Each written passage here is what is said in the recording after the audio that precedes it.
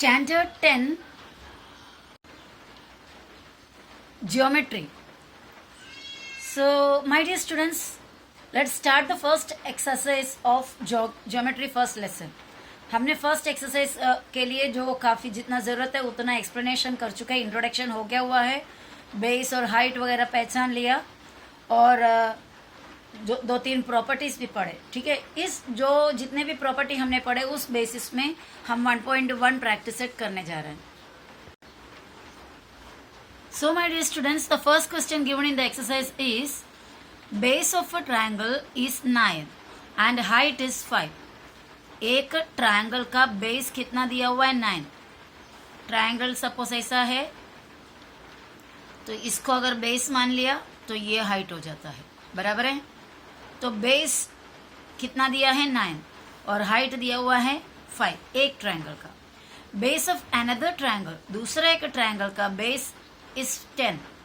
दूसरा ट्रायंगल का बेस है 10 एंड हाइट इज 6 और उसका हाइट है 6. Find the ratio of the areas of this triangles. ये दोनों ट्रायंगल के एरिया का रेशियो. देखो क्वेश्चन हमने जो पढ़ा फर्स्ट जो इंट्रोडक्शन मैंने दिया था, वो इंट्रोडक्शन में हमने ratio of areas of triangles ही तो किए थे. तो दो ट्रायंगल का एरिया का रेशियो हमें फाइंड आउट करना है. दोनों का बेस और हाइट दिया हुआ है. पहले वाले ट्रायंगल का बेस हाइट है, बेस 9 है तो हाइट 5 है, और दूसरा ट्रायंगल का बेस 10 है तो उसका हाइट 6 है. ओके, तो ये दोनों ट्रायंगल का रेशियो फाइंड आउट करना है उनके एरियाज का. यहाँ पर जब ट्रायंगल का नाम कुछ दिया हुआ नहीं है और फिगर बनाने का इतना इम्पोर्टेंस इसको नहीं है, क्योंकि बेस और हाइट दिया. हम जानते हैं कि जब दो ट्रायंगल का बेस हाइट दिया हुआ रहता है तो उनका एरिया का रेशियो बेस इंटू हाइट पे जाएगा. मेरा सेंटेंस मैंने जो अभी बोला उस पर बात ध्यान देना. अगर दो ट्रायंगल दिया उनका एरिया A1 और A2 है समझो, तो उसका रेशियो निकाल रहे हैं. A1 A2 is equal to base 1 into height 1 upon base 2 into height 2 होगा, बराबर. हमने इस तरह पढ़ा था. दो ट्रायंगल का एरिया का रेशियो उनके बेस इंटू हाइट पे जाता है. ये स्टेटमेंट में हमने देखा था, the ratio of areas of two triangle is equal to the ratio of the product of their corresponding bases and heights. तो इस हिसाब से हम ये सम को करेंगे. इसके लिए हमें कोई डायग्राम बनाने की भी ज़रूरत नहीं है, ना कोई डायग्राम बनाकर उसमें नाम देने की भी ज़रूरत नहीं है, डायरेक्ट हम कर सकते हैं. So let's start how to do this and let's see. ये तो मैंने सिर्फ आपको जो थियरम प्रॉपर्टी जो यूज़ करने वाला है वो बता रहे थे. ये आपको आंसर में लिखने की ज़रूरत नहीं है, क्योंकि हम सम यहाँ से इसको करते हैं, यहाँ पर लिख देते हैं.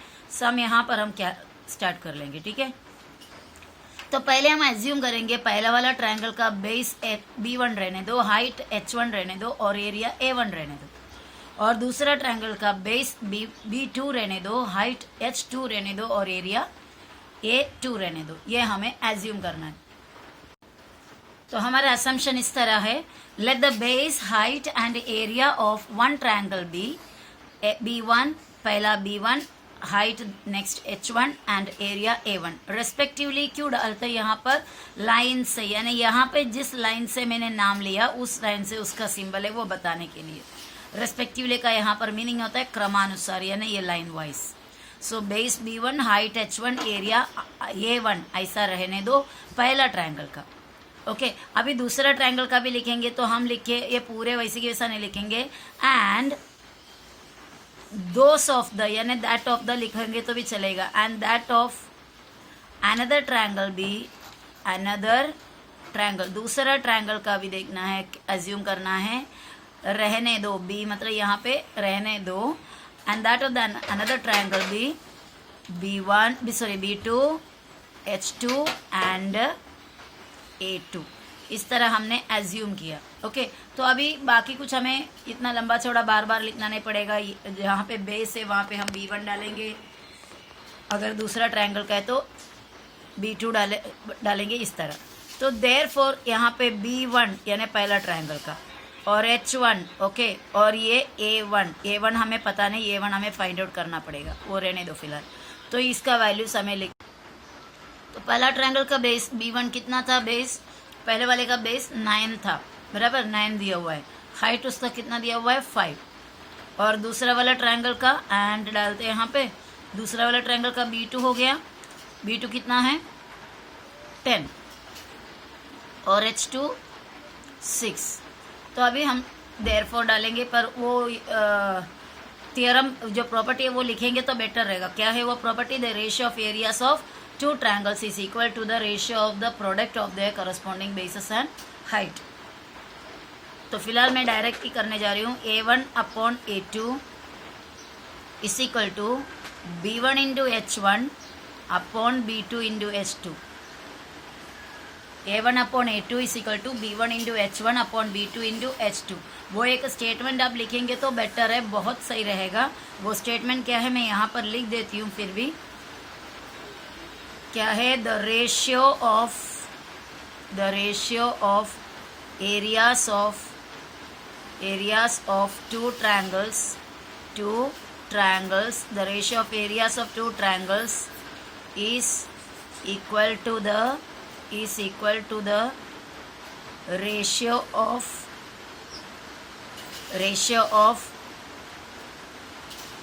product of their bases and corresponding heights। में corresponding वर्ड निकाल रहा है, बहुत लंबा हो जा रहा है, इसलिए product of their bases and heights।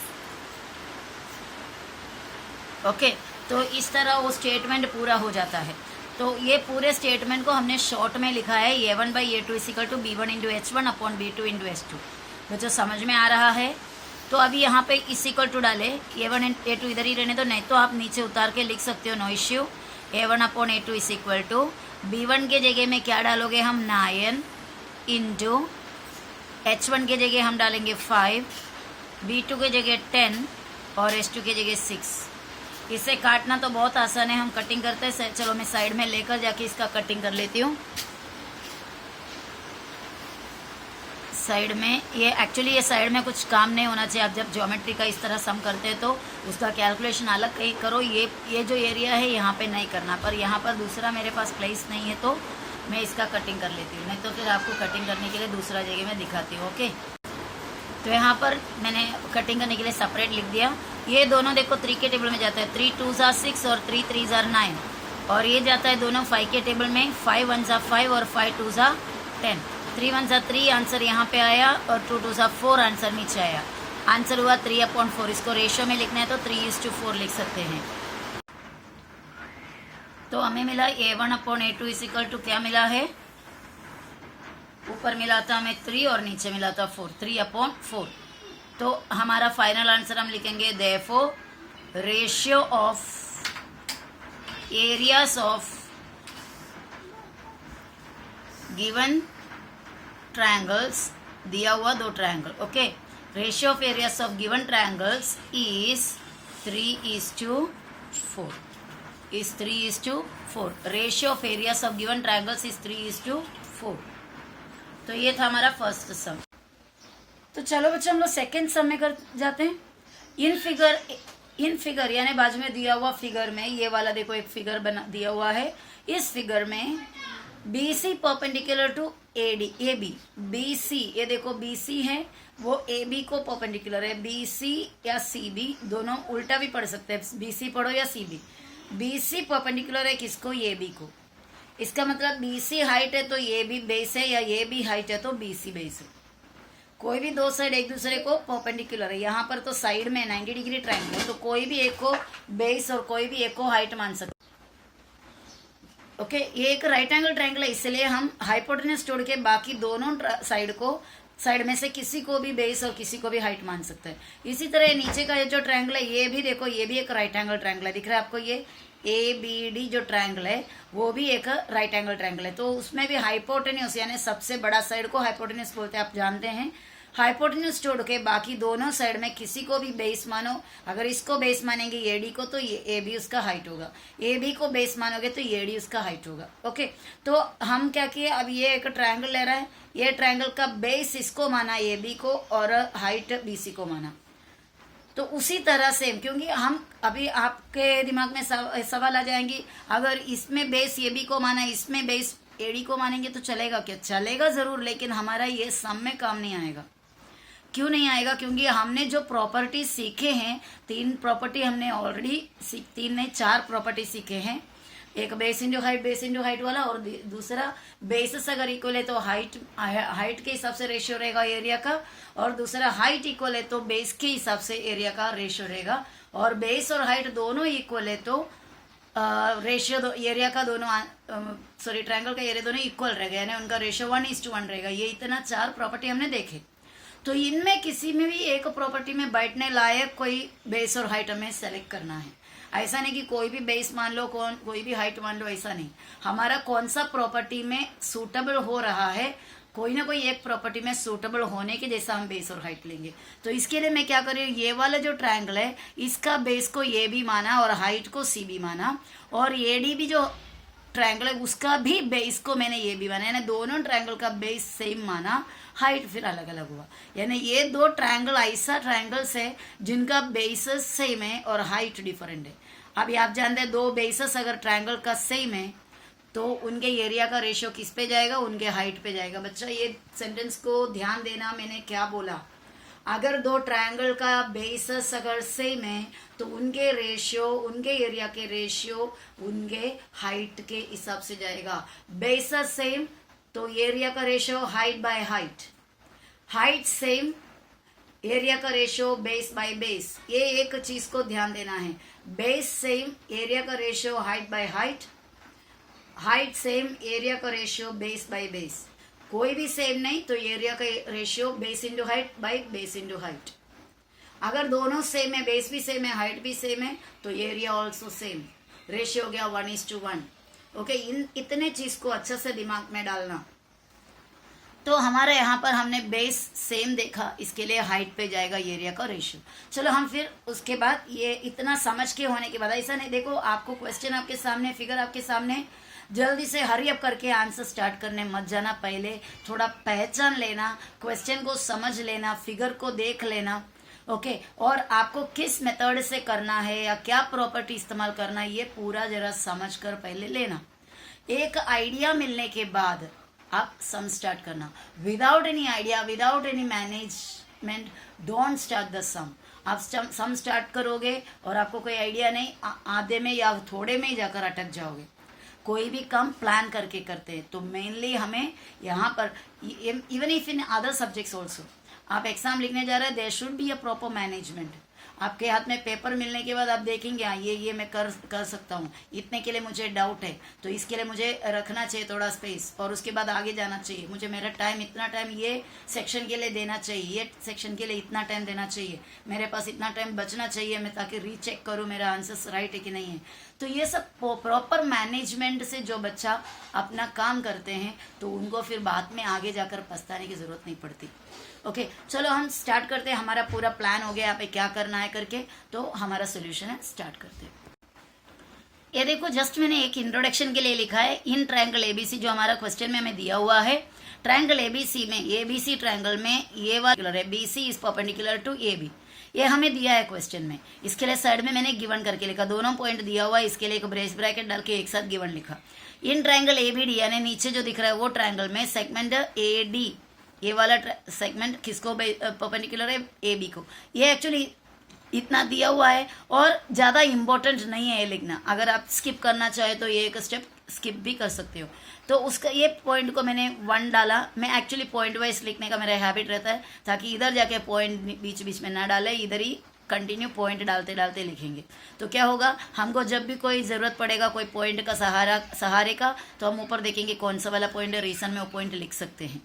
और यहाँ पर ये कोई प्रूफ का सम नहीं है कि ये सब साबित करो, ये प्रूफ करो। इसके लिए मैंने यहाँ पर स्टेटमेंट और रीजन करके 2 सेक्शन वगैरह लिखकर प्रूफ वगैरह सब नहीं लिखा। ओके, और गिवन भी स्पेशली इधर लिखने की जरूरत नहीं, हार्डली ये 1 मार्क का क्वेश्चन आपको मिलेगा। तो ये 1 मार्क का क्वेश्चन में आप इतना गिवन टू प्रूव तो है नहीं, टू फाइंड वगैरह सब लिखकर टाइम वेस्ट करने की ज़रूरत नहीं है। अगर आपके पास एक्स्ट्रा टाइम है तो थोड़ा स्पेस स्टार्टिंग में बनाकर रखने के बाद आप लास्ट में लिख सकते हो वाइल राइटिंग द एग्जाम्स।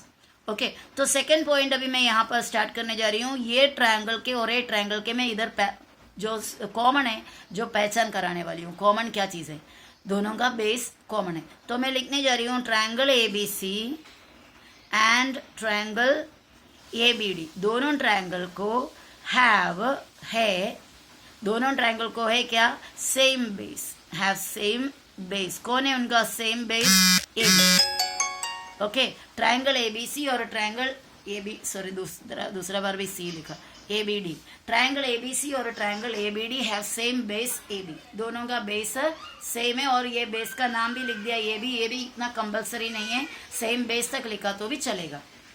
अब हमारा वो प्रॉपर्टी लिख देते हैं सेम बेस वाले का क्या होता है, तो हमें लिखना है एरियाज ऑफ ट्रायंगल्स, ओके, जिसका बेस सेम है, विथ सेम बेस या फिर इक्वल बेसिस। ट्रायंगल का एरिया जिसका बेसिस सेम है, ओके, आर प्रोपोर्शनल। रेशियो को मैंने प्रोपोर्शनल वर्ड बोले थे, याद है ना, अपॉन में जब डालते हैं इक्वल है तो क्या बोलते हैं उसको, proportional. Areas of triangles with equal bases are proportional to their heights, proportional to their heights. Okay, यहाँ पे भी एक वर्ड मैंने बड़ा वाला हटा दिया, corresponding, you can write it.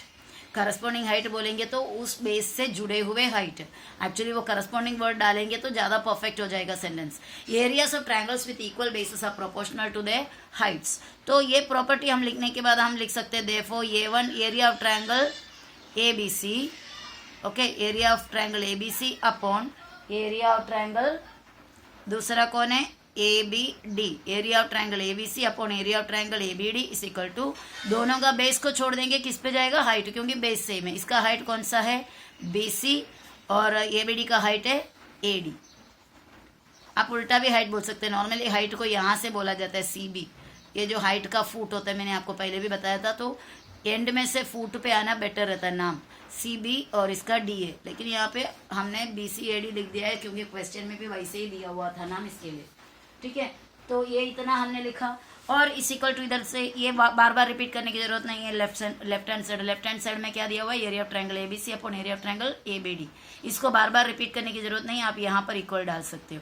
BC का वैल्यू कितना है आप देखो, BC का वैल्यू क्वेश्चन में क्या दिया हुआ था, क्वेश्चन में एक बार देख लेते हैं हम। देखो बच्चों, BC कितना है 4 और AD कितना है 8, ओके। तो हमने राजा यहाँ पर BC की जगह 4 लिखे और AD की जगह में 8 लिखा, और ये आसानी से काटता है मतलब कटता है, हम काट सकते हैं इसको, 4 1 4 4 2 8,